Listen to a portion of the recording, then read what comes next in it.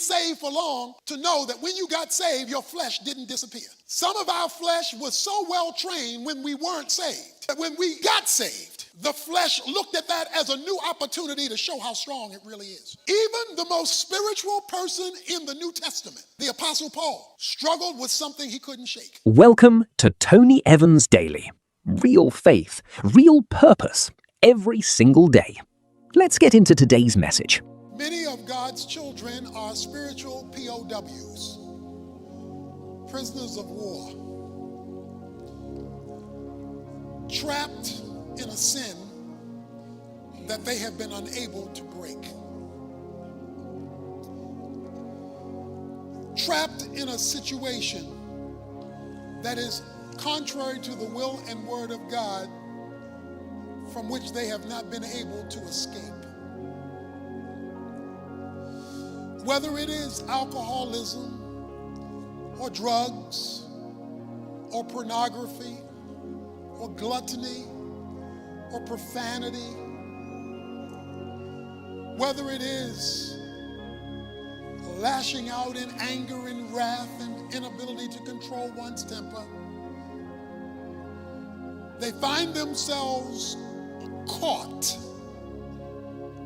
and unable to get out.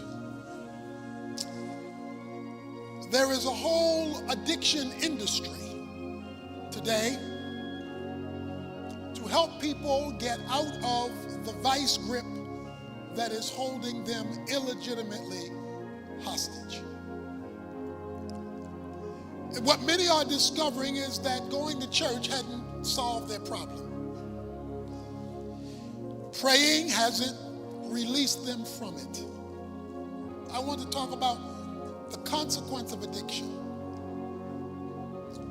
that shreds minds, ruins souls, kills relationships, because you find yourself caught. And even if that's not you, there is somebody in your circle of influence who finds themselves addicted.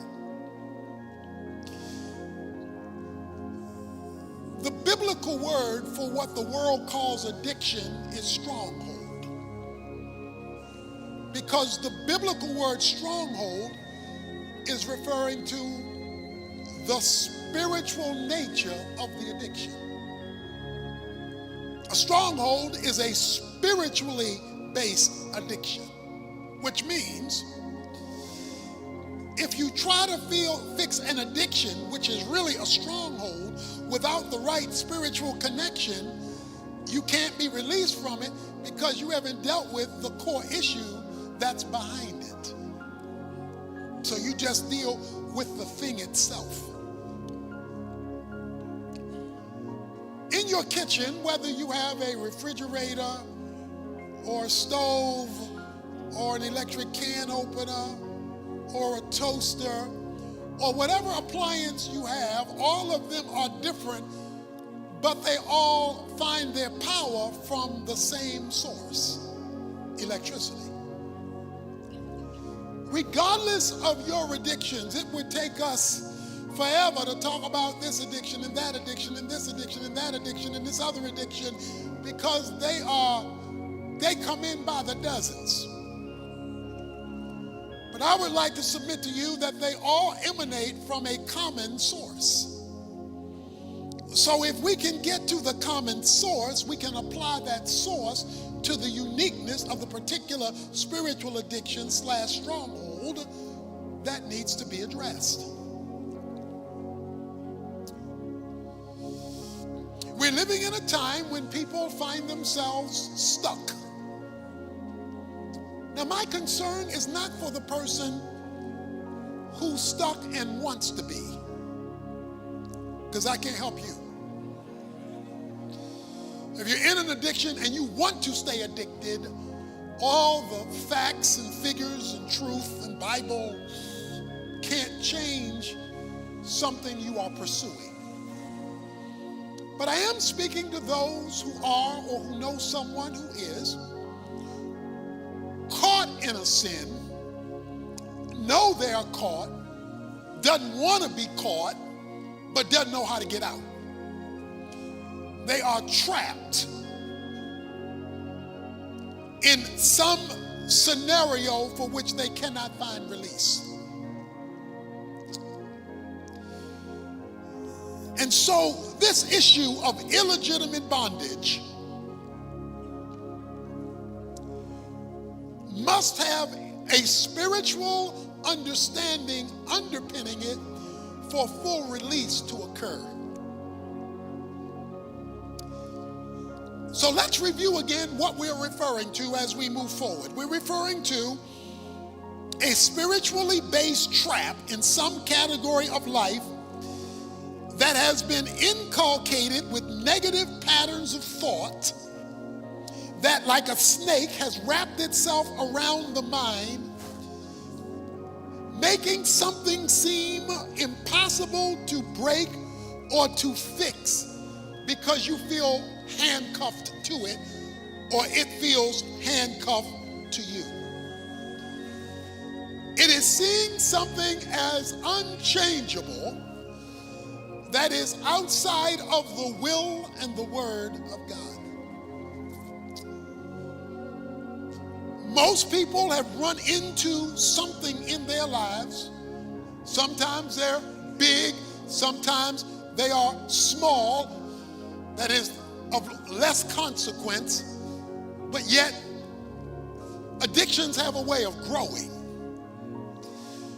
They have built into them gateway potential, the capacity to expand themselves in our lives and in our circumstances.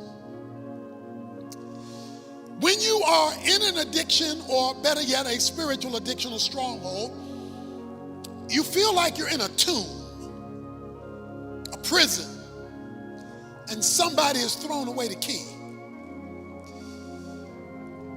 What many people seek to do with this stronghold that they're battling is to accept it as an inevitable reality, and the best they hope to do with it is to decorate their cell. Since it's never going to change, at least let me make my addiction as pleasant as possible. Other people settle for what we might call sin management. Since I'm never going to get rid of it, let me do like a trash masher. Let me just press it down and pretend it's not there, which only creates room for more trash. And so they just try to manage it the best way they can. But today, I want to try to give a biblical mechanism for deliverance,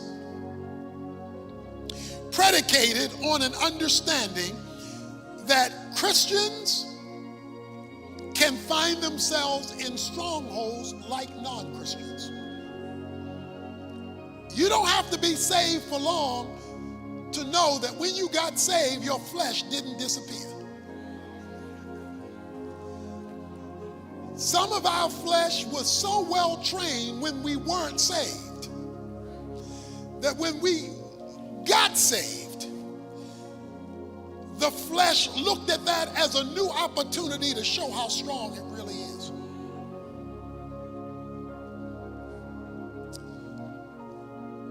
Even the most spiritual person in the New Testament, the Apostle Paul, struggled with something he couldn't shake. In Romans chapter 7, verses 14 to 24, Paul says he was doing things he did not want to do. He said he told himself, you shouldn't do it.